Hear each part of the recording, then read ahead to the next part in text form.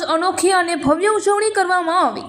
પુણા ગામ સ્થિત શારદા વિદ્યા મંદિર સંકુલમાં આજરોજ ગુરુ પૂર્ણિમાની ભવ્ય ઉજવણી કરવામાં આવી હતી। તેમાં કાર્યક્રમની શરૂઆત સૌપ્રથમ પ્રાર્થનાથી કરવામાં આવી હતી। ત્યારબાદ શાળાના શિક્ષિકા બહેન સંગીતા મેડમ અને જયેશ સરે ગુરુ પૂર્ણિમાનું મહત્વ સમજાવ્યું હતું અને ત્યારબાદ શાળાના બાળકોએ પણ ગુરુ પૂર્ણિમા વિશે પોતાના વિચારો રજૂ કરી સૌએ મંત્રમુગ્ધ કરી દીધા હતા અને ત્યારબાદ શાળાના આચાર્ય શ્રી બીનાબેન પરમારે પણ ગુરુ પૂર્ણિમાનું મહત્વ શું છે અને આપણા જીવનમાં ગુરુનું મહત્વ શું છે તે એક નાનકડી વાર્તા દ્વારા બાળકોને ખૂબ જ સુંદર મજાનું જ્ઞાન આચાર્ય શ્રી બીનાબેન પરમારે આપ્યું હતું અને કાર્યક્રમને આગળ વધારતા ગુરુ પૂર્ણિમાના ઉત્સવને અનુલક્ષીને યજ્ઞનું પણ આયોજન કરવામાં આવ્યું હતું।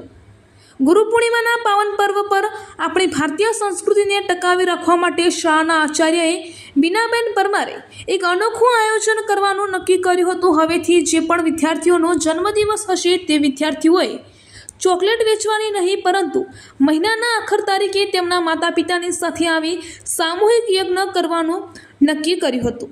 આ વિચારથી દરેક વિદ્યાર્થીઓ શિક્ષકોએ ખૂબ જ આવકારપૂર્વક તેમને વધાવ્યો હતો અને ત્યારબાદ ધોરણ 7માં અભ્યાસ કરતી દીકરી તેલી પ્રિયાંશીનો જન્મદિવસ હોવાથી તેના હાથે આચાર્ય શ્રી બીનાબેન પરમારે અગ્નિ પ્રગટાવી તેના હાથે આહુતિ આપી હતી અને ત્યારબાદ મંત્રોના ઉચ્ચાર સાથે દરેક શિક્ષક મિત્રોએ યજ્ઞની આહુતિ આપી હતી અને ત્યારબાદ દરેક વિદ્યાર્થીઓએ પણ યજ્ઞમાં આહુતિ આપી માં સરસ્વતી માતાના ચરણોમાં આશીર્વાદ લીધા હતા અને ત્યારબાદ દરેક વિદ્યાર્થીઓએ શિક્ષકોની પૂજા કરી પ્રદક્ષિણા પણ કરી હતી અને ખરેખર આ કાર્યક્રમ ખૂબ જ અનોખી રીતે સુંદર રીતે પૂર્ણ થયો હતો જ્યાં બાળકોની શક્તિઓનો વિકાસ અને સંસ્કારોનું સિંચન એટલે શારદા વિદ્યા મંદિર સંકુલનું પટાંગણ।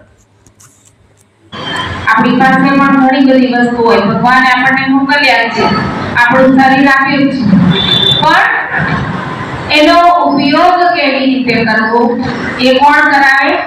શિક્ષક। અને આપણી પહેલું જે ગુરુ છે એ આપણી માતા છે।